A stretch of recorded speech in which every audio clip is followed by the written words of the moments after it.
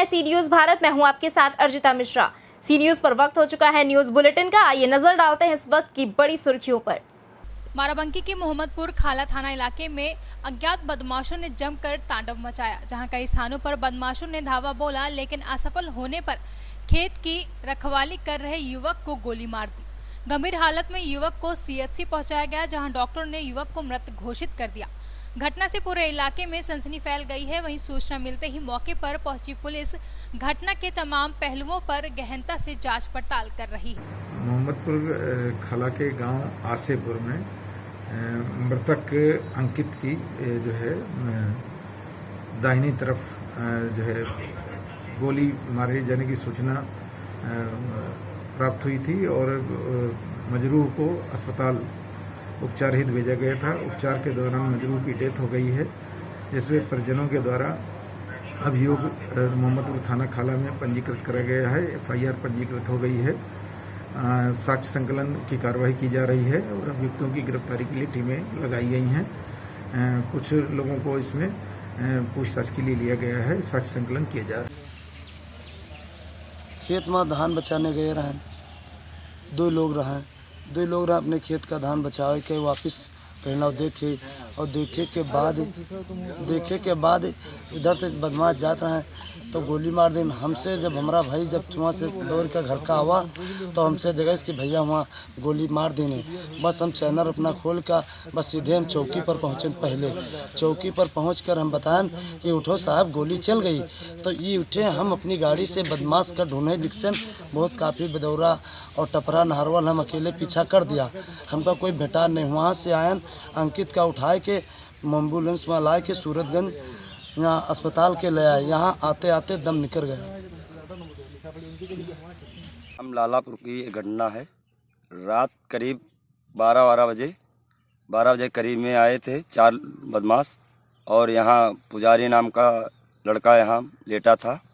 ये धान कुरे थे, धान के बगल में लेटा था। उसके बाद आए, उसको मारे वारे हैं, काफ़ी चोटें आई हैं। उसके बाद में कुरिया भी जला दिए हैं, जानवरों के चारा के लिए वो लगाए थे पैरा। ये किस गांव में किया है? एक ग्राम लालापुर का मामला है, मजरे टेनवा।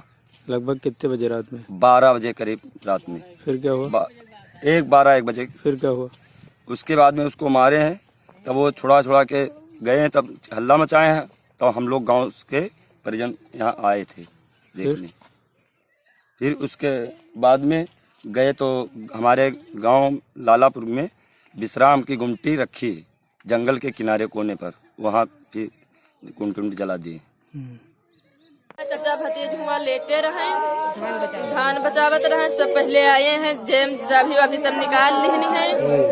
अब बाद में यहाँ कहा थे कि गाड़ी से पीछा करी नहीं है, तब वापसी। आपका नाम क्या है? गोल्डी। आपको है उनकी? हम सिस्टर हैं उनकी मिलती।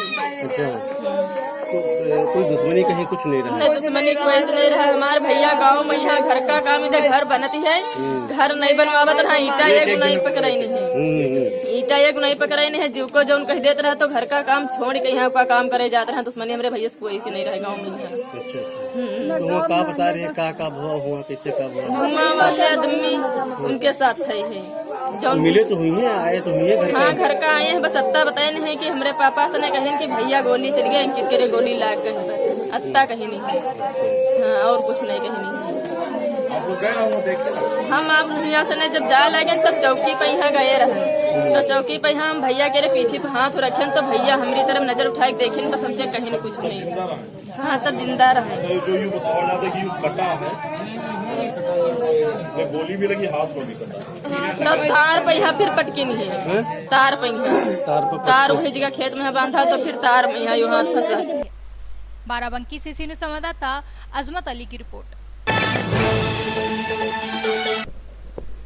एटा जिले के थाना अवागढ़ क्षेत्र के ग्राम सरानी में ट्रैक्टर के बॉर्डर पर खड़े होकर समरसेबल का पाइप निकाल रहे 35 वर्षीय राजेश पुत्र बाबूराम अचानक ट्रैक्टर से नीचे गिर गया, जहां वो गंभीर रूप से घायल हो गया, जिसके बाद परिजनों के द्वारा एटा के जयप्रकाश नारायण अस्पताल में उसे भर्ती कराया गया, जहां अस्पताल में कोई सुधार नहीं देख आगरा के लिए भेजा गया। वहीं इलाज के दौरान युवक की मौत हो गई और घटना की सूचना मिलते ही परिजनों में शोक की लहर दौड़ गई। जहां मृतक के परिजन गांव लेकर आए और थाना आवागढ़ पुलिस को मामले की जानकारी दी, जिसके बाद थाना आवागढ़ पुलिस ने मौके पर पहुंचकर शव का पंचनामा भर शव को पोस्टमार्टम के लिए एटा भेज दिया है। नाम है आपका? आज आप पोस्टमार्टम हाउस आए हैं, क्या घटना हुई है? कैसे खत्म हुए हैं ये? ट्रैक्टर से क्या कर रहे थे ट्रैक्टर पर? ट्रैक्टर मतलब मशीन के जमा के ला रहे थे बोरिंग के लिए जी। और वो आगे ठाड़े वो लग गया था, ट्रैक्टर ऊँचे उठा कर नीचे आया पैर लपट के उसमें गिर पड़े बम्पर पर। तो इनकी मौके पर मौत हुई है, इलाज के दौरान मौत हुई है? अभी तो इलाज क्यों हुआ है? कहाँ इलाज चल रहा था इनका? पहले एटा चला था, फिर आगरा गए थे परेशान। तो आगरा मौत हो गई। ट्रैक्टर किनका था? अपने हमारे बरादरी का था, बगल का। एटा से सीनियर संवाददाता रघुवेंद्र अगरिया की रिपोर्ट।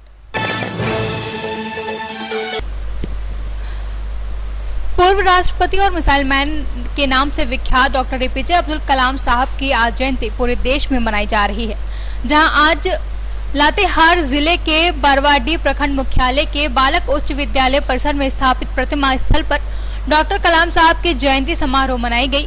वहीं इस मौके पर प्रखंड के सामाजिक संगठन अपना अधिकार अपना सम्मान मंच की सचिव संतोषी शेखर, मुख्य सुनीता टोप्पो, सामाजिक कार्यकर्ता कन्हैया सिंह, युवा समाजसेवी दिलीप सिंह यादव समेत कई लोग मौजूद रहे। वहीं इस दौरान मौजूद लोगों ने डॉक्टर कलाम की जीवनी और देश के प्रति उनके योगदान को याद करते हुए अपने विचारों को भी याद किया। झारखंड से सीनियर संवाददाता अरबाज की रिपोर्ट। महाराजगंज जिलाधिकारी के निर्देश पर परासखांडा में दूसरी बार जांच के लिए अधिकारी पहुंचे, जहां हवाई में ही जांच चर्चा का विषय बनी हुई है। वहीं विकासखंड ब्रजमनगंज अंतर्गत ग्राम पंचायत परासखांडा में जिलाधिकारी महाराजगंज के निर्देश पर जांच टीम आई, वो भी बिना अभिलेखन के हवाई जांच करके चली गई, जिस पर ग्रामीणों में रोष व्याप्त है। वहीं विकासखंड ब्रजमनगंज के ग्राम पंचायत बरसार खाड़ में संपूर्ण ग्राम निधि के कराए गए कार्यों में घपलेबाजी किए जाने की जांच के लिए डीएम के आदेश पर जांच टीम गठित की गई।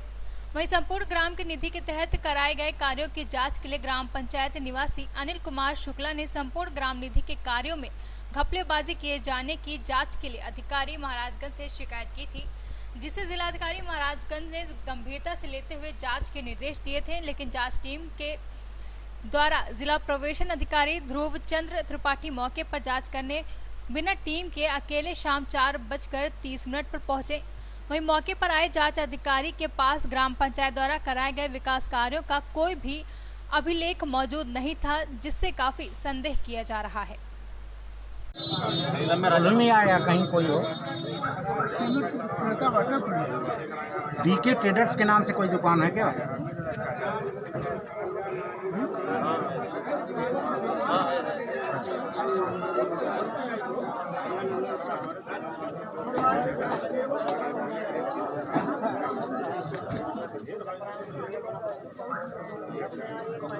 वो काम भी दर्शाया होगा सर,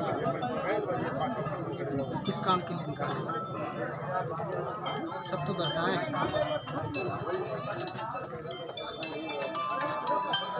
आवा ही पप्पू घर। हाँ